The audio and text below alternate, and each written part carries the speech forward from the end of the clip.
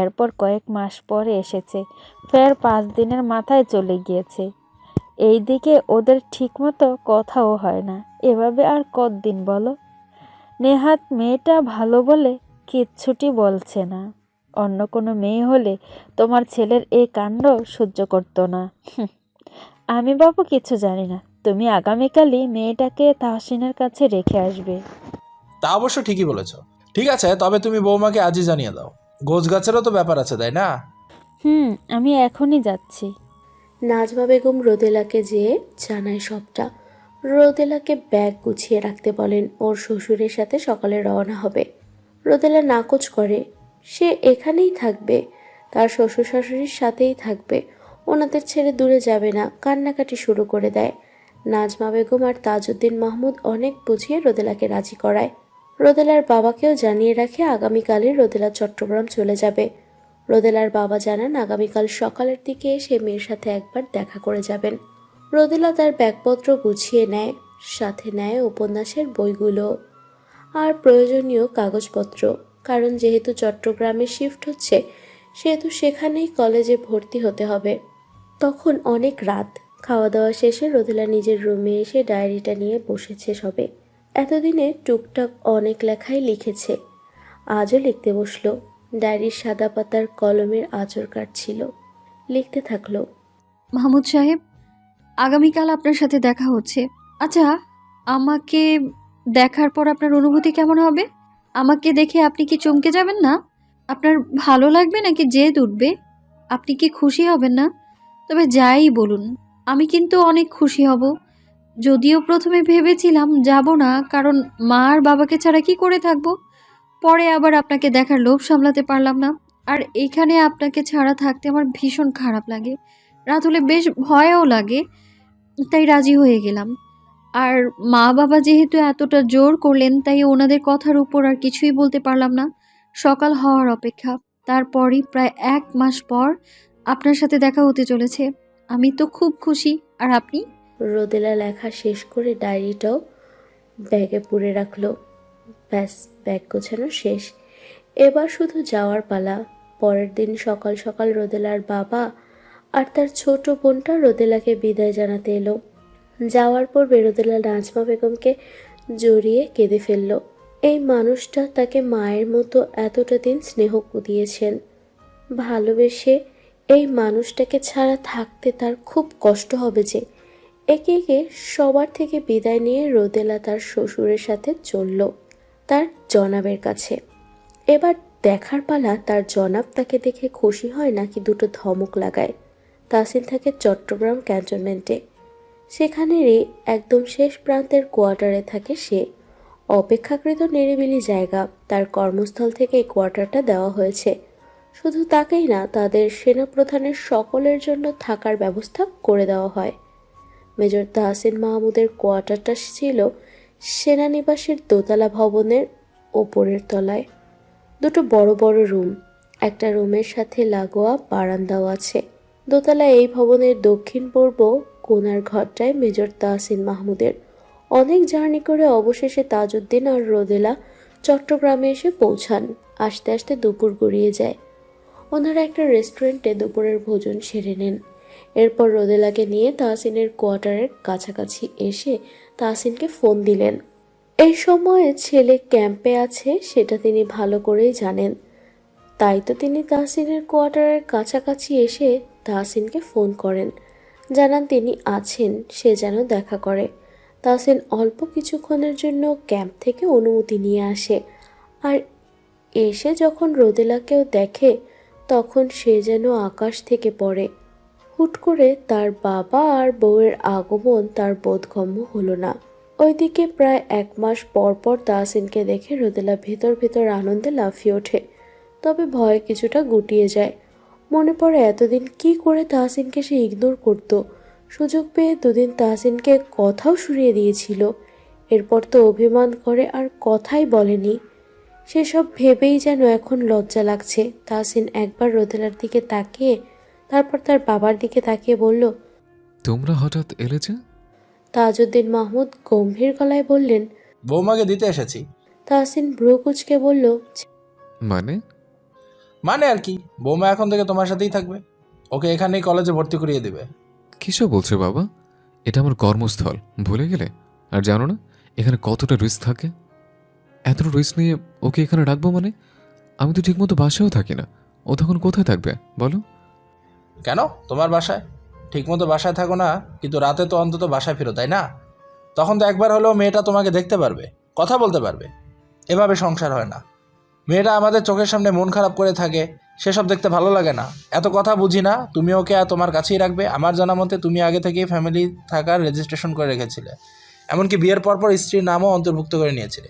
কি ভুল বলেছি কিছু? না বাবা। তাহলে তো আর সমস্যা থাকার কথা না। যাই হোক, আমার দেরি হয়ে যাচ্ছে, ফিরতি ট্রেনে আবার ফিরতে হবে আমায়। বাবা শোনো, আর কোনো কথা না, যা বলেছি তাই। ছেলেকে আর কিছু বলার মতো সুযোগ অবধি দিলেন না। তাজউদ্দিন সাহেব রোদেলার মাথায় স্নেহমাখা হাত বুলিয়ে দিয়ে বললেন, ঠিকঠাক মতো থাকিস মা, নিজের খেয়াল রাখিস, আর মন খারাপ হলে আমাদেরকে ফোন দিবি। আমাদের সাথে কথা বললে তোর মন এমনিই ভালো হয়ে যাবে। আসি রে। রোদেলা বলল, বাবা দোয়া করবেন, আপনি আপনার ওষুধগুলো ঠিক মতো খাবেন, হ্যাঁ? মাকেও দেখে রাখবেন। আচ্ছা ঠিক আছে মা, চিন্তা করিস না। ছেলের উদ্দেশ্যে বললেন। ওকে নিয়ে বাসায় যাও, আসছি আমি। তাজউদ্দিন সাহেব আর দাঁড়ালেন না, জিরোলেনও না, চলে গেলেন। এদিকে তাহসিন একবার রোদেলার দিকে তাকালো, তারপর গমগমে কণ্ঠে বলল। এসো। রোদেলা ঠিক বুঝে উঠতে পারছে না তাহসিন কি রাগ করলো নাকি খুশি হলো। তাহসিনের মুখভয় দেখে ঠিক আঁচ করা যাচ্ছে না। রোদেলাকে তাহসিন কোয়ার্টারে নিয়ে গেল। কোয়ার্টারে এনে রোদেলাকে সব কিছু দেখিয়ে দিয়ে তারপর সে আবার তার কর্মে ফিরে গেল। তার হাতে যে বেশি সময় নেই। ওইদিকে রোদেলা তার ব্যাগ থেকে জামা কাপড়গুলো বের করে তাহসিনের ওয়ার্ড্রোবে সুন্দর করে গুছিয়ে রাখলো। তাহসিন বেশ পরিচ্ছন্ন মানুষ, সেটা তার রুম দেখেই বোঝা যাচ্ছে। একা মানুষ থাকে তবুও কি সুন্দর করে পুরো রুমখানা ক্লিন করে রেখেছে। তবুও রোদেলার হাতে কোনো কাজ নেই বিধায় রুমটা আরো ভালো করে গুছিয়ে নিল, একদম পরিপাটি করে রাখলো। পুরো 2 রুম, রান্নাঘর, বারান্দা হতে সবটা নিজের হাতে সুন্দর করে সাজালো। তারপর রান্নাঘরে যেয়ে ভাত বসিয়ে দিয়ে তরকারি কাটতে লাগলো। শুনেছে তাহসিন দুপুরের খাবার বাইরে খেয়েছে, হয়তো রাতে বাসায় ফিরে রান্না করত। কিন্তু এখন যেহেতু রোদেলা আছে তাই কোনো চিন্তা নেই। রোদেলাই কাজ সব এগিয়ে রাখলো। বিয়ের আগের থেকে সে রান্নায় একদম পাকা, তাই কোনো ঝামেলাই হলো না। রান্না বান্না করতে শুরু করে দিল। সব কিছু শেষ করতে করতে রাত হলো। হাতের সব কাজ শেষ করে লম্বা একটা শাওয়ার দিল। এরপর বেগুনি রঙা একটা শাড়ি জড়ালো গায়ে। তার এখনো সেদিনের কথা মনে আছে, যেদিন তাহসিন তাকে বলেছিল তাহসিনের সামনে যেন সে শাড়ি পরে থাকে। শাড়িতে রোদেলাকে নাকি বেশ সুন্দর লাগে।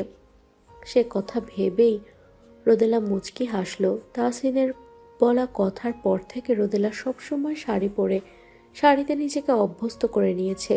সে কথা কি তাহসিন জানে? ওহো, জানে না। জানবে কি করে? রোদেলা তো জানায়নি। সে যাই হোক, রোদেলা বেগুনি রঙা শাড়ি পরে তার সাথে সাদা রঙা ব্লাউজ পরল। এরপর চোখে মোটা কাজল টানলো আর ঠোঁটে লিপ বামের আস্তরণ দিল। চুল ভেজা, তাই আঁচড়ে চুলগুলো খোলাই রাখলো। এরপর তাহসিনের জন্য সে অপেক্ষা করতে লাগলো। তাহসিনের রুমের বারান্দায় দাঁড়ালে ছোট্ট খনন করা একটা জলাশয় দেখা যায়, যেটার চারপাশ সুন্দর করে বাঁধানো। যেখানে পদ্ম ফুলের পাতা আছে, বোঝাই যাচ্ছে এখানে পদ্ম ফোটে। এখন তো পদ্ম ফুলের সিজন নয়, বর্ষা থেকে শরতে পানি টইটুম্বুর হয়ে থাকে আর ফোটে অসংখ্য পদ্ম। পদ্মশূন্য জলাশয়টাতে কি সুন্দর করে চাঁদ আর রূপালি আলো ছড়াচ্ছে, এক অন্যরকম সুন্দর লাগছে। চাঁদের আলো জলাশয়ের পানি ঝলমল করছে, চাঁদের ছায়া পানিতে পড়ছে, বেশ দারুণ লাগছে। রোদেলা সেটাই মুগ্ধ চোখে দেখতে লাগলো। হঠাৎ করে কাশের আওয়াজ পেতে রোদেলা ধরফরিয়ে উঠে পিছু ঘুরল আর দেখতে পেল তাহসিন আড়াআড়িভাবে বুকে হাত গুজে রোদেলার দিকে তাকিয়ে আছে। রোদেলা বুকে থুথু দিয়ে বলল, আপনি কি করে এলেন? কোনো ভনিতা ছাড়াই তাহসিন জবাব দিল, ডুপ্লিকেট চাবি দিয়ে। তো এতটা মনোযোগ দিয়ে কি দেখছিলে? ওই তো পদ্মবিলের ওপরে চাঁদের ঝলমলে আলো। তাহসিন বারান্দার বাহিরে দৃষ্টি দিল। দেখতে পেল আসলেই বেশ সুন্দর লাগছে। এতদিন এই সৌন্দর্যটা খেয়াল করা হয়নি, অথচ আজ রোদেলার জন্যই তার চোখে পড়ল। তাহসিন বলল, ডিনার করেছো? রোদেলা দুই দিকে মাথা নাড়ল, যার অর্থ না। তাহসিন বলল, এতক্ষণ না খেয়ে অপেক্ষা করছিলে কেন? আমার ফিরতে ফিরতে অনেক লেট হয়, আর কখনো যেন এমনটা না হয় মাথায় রেখো। চলো, ডিনার করবে। রোদেলা রান্নাঘরের দিকে গেল, খাবার টেবিলে এনে রাখলো। তাহসিন ফ্রেশ হয়ে এসে খেতে বসলো। রোদেলাও বসলো।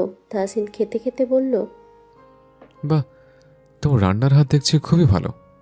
রোদেলা আস্তে করে বলল। ধন্যবাদ। খাওয়া দাওয়ার পর্ব চুকিয়ে রোদেলা সব কিছু গুছিয়ে রেখে রুমে এলো। রুমে এসে দেখলো তাহসিন বিছানা ঝাড়ছে। বিছানা রেডি করা শেষে তাহসিন একপাশে যেয়ে শরীর এলিয়ে দিল। সারাদিনের ক্লান্তি এসে যেন এখন তাকে ভর করেছে। এদিকে রোদেলা কাচুমাচু করে দাঁড়িয়েই রইল। তার কেমন যেন লজ্জা লাগছে। রোদেলাকে দাঁড়িয়ে থাকতে দেখে তাহসিন শুধালো। কি হলো মাইমুন, দাঁড়িয়ে কেন? রোদেলা মুগ্ধ হয়ে তাহসিনের দিকে কিছুপল তাকিয়ে রইল। কতগুলো দিন পর তাহসিনের মুখে এই নামটা শুনতে পেরেছে সে। রোদেলা গুটি গুটি পায়ে এগিয়ে এলো, লাইট অফ করে বিছানার পাশের হেডলাইট জ্বালিয়ে দিল। তারপর এক কোণায় চুপটি করে শুয়ে থাকলো। এতদিন তাহসিন ছিল না বিধায় তাহসিনের বালিশ জড়িয়ে ঘুম দিয়েছে। কিন্তু আজ তো তাহসিন পাশে আছে, তাহসিনের হাত ধরে ঘুমানো উচিত। কিন্তু তার যে বড় লজ্জা লাগছে। ওইদিকে তাহসিন রোদেলার উদ্দেশ্যে বলল, কি হলো, ঘুম আসছে না বুঝি? হাত দিব? হাত ধরে ঘুমাবে? তাহসিনের এই কথাটা শুনে রোদেলা জিভ কাটল। ধরা পড়ে যে গেল সে। লজ্জায় দুই হাত দিয়ে মুখ ঢাকলো। তাহসিন ফোঁস করে শ্বাস ছেড়ে বলল, অভিমানের কন্যার লজ্জা দিকে এখনো কাটেনি? অভিমান করার সময় লজ্জা কোথায় থাকে? ফোনে তো খুব কথা শোনাও, এখন তাহলে চুপ কেন ম্যাডাম? এখন এত লজ্জা আরো কোত্থেকে উকি দিয়েছে শুনি? এই কথাটা শুনে রোদেলা লজ্জায় চুপ করে রইল। লোকটা সুযোগ বুঝে ঠিক জায়গাতে খোঁচাটা দিল। সমস্যা নেই, রোদেলাও কোনো এক সময় এটা শোধ নিবে। রোদেলাকে সময় দিত না বিধায় তো সে এমন করত। নয়তো রোদেলা এমন না কেহ। শুধু এই লোকটার সামনে এলে তার কণ্ঠরোধ হয়ে পড়ে বিধায় বলতে পারল না। আপনিও তো কাছে থাকলে আমায় ছাড়া কিছুই বোঝেন না, অথচ দূরে চলে এলে আমাকে ভুলেই যান। নিজের দোষের জন্য আমার কাছ থেকে কথা শুনেছেন। নেহায়েত রোদেলা ভদ্র মেয়ে বিধায় মুখের উপর জবাব দিল না মাহমুদ সাহেব, নয়তো এমন জবাব দিত যেন আপনি নিজেই লজ্জায় পড়ে যেতেন। রোদেলা মনে মনে বক বক করতে করতে ঘুমিয়ে পড়ল। সারাদিন অনেক ধকল গিয়েছে, তাই আজ জলদি ঘুম তার চোখে হানা দিল। তবে হ্যাঁ, তাহসিনের হাত মুঠোতে পড়তে ভুলল না। রোদেলা তাহসিনের পাশে ফিরে চোখ বন্ধ করেই তাহসিনের হাত মুঠোতে পড়ল, যাতে তাহসিনের চোখে চোখ পড়ে ফের লজ্জা পেতে না হয়। রোদেলার কাণ্ড দেখে তাহসিন ঠোঁট চেপে হাসল। শান্তিময় একটা শ্বাস টেনে নিজেও ঘুমানোর চেষ্টা করল। পরের দিন সকাল ভোরে তাহসিন আর রোদেলা ঘুম থেকে ওঠে। দুজনেই একসাথে নামাজ আদায় করে নেয়। এরপর তাহসিন যায় মর্নিং ওয়ার্কে আর রোদেলার রান্নাঘরে সকালের নাস্তা বানাতে। তাহসিন ফিরে এসে নাস্তা করবে। রোদেলার নাস্তা বানানো শেষ হতেই তাহসিন ফিরে আসে। তাহসিন রেডি হয়ে টেবিলে আসে। রোদেলা তাহসিনকে নাস্তা প্লেটে দিয়ে পাশে দাঁড়িয়ে থাকে। তাহসিন রোদেলার দিকে তাকিয়ে বলল, কি হলো, দাঁড়িয়ে কেন? ব্রেকফাস্ট করতে বসো। রোদেলা মৃদু কণ্ঠে বলল, আপনি খান না, আমি পরে খাবো। হুম, তুমি এখন এই মুহূর্তে আমার সাথে ব্রেকফাস্ট করবে, আদেশ করছি। তাহসিন কড়া কণ্ঠে সাথে রোদেলা আর পারল না। তাহসিনের সাথে নাস্তা সেরে নিল। এরপর তাহসিন তার কর্মস্থলে বেরিয়ে গেল আর রোদেলা দুপুরের রান্না বান্না করতে লাগলো। রোদেলা বিকেলের দিকে ঘুমালো। এক ঘুমে তার বিকেল কেটে সন্ধ্যাও কেটে গেল। ঘুম থেকে উঠে দেখলো তখন রাত 9টা বাজে। এতটা সময় সে ঘুমিয়েছে ভাবতেই অবাক লাগছে। উঠে হাত মুখ ধুয়ে নিল। এরপর একটু হালকা নাস্তা করে উপন্যাসের বই নিয়ে বসলো। এই তো, আর এই কয়টা দিনই তো হাতে সময় আছে। এরপর যখন কলেজে ভর্তি হবে তখন একাডেমির বইয়ের বাইরে অল্প স্বল্প এই উপন্যাসের বই পড়তে পারবে। কারণ তাহসিন সাফ সাফ জানিয়ে দিয়েছে একাডেমিক পড়া ফাঁকি দিয়ে মোটে উপন্যাসের বই সে পড়তে দিবে না। আগামীকালই তাহসিন রোদেলাকে কলেজে ভর্তি করাতে নিয়ে যাবে। কলেজে ভর্তি হলে একদিকে ভালোই হবে, কারণ ক্লাস পড়াশোনা সব নিয়ে রোদেলার সময় সুন্দরভাবে কেটে যাবে। নয়তো বাসায় একা একা তার সময় কাটতে চায় না। পরদিন রোদেলাকে নিয়ে কলেজে গেল। চট্টগ্রামের নামকরা কলেজে ভর্তি করিয়ে এরপর তাহসিন রোদেলাকে ক্যান্টনমেন্টে পুরো এরিয়াটা ঘুরিয়ে দেখালো এবং ক্যাম্প নিয়ে কত শত গল্প বলল। আর্মি সম্পর্কে রোদেলা ততটাও অভিজ্ঞ ছিল না, তাহসিনের কাছ থেকে অনেক কিছুই জানলো।